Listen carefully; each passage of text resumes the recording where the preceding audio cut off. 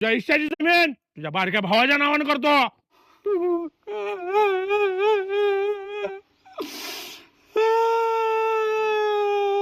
अहो तुम्ही अजिबात टेन्शन घेऊ नका.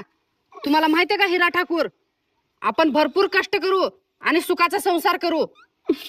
कोरे कोरे सपने मेरे बरसों से थे कितने अधूरे.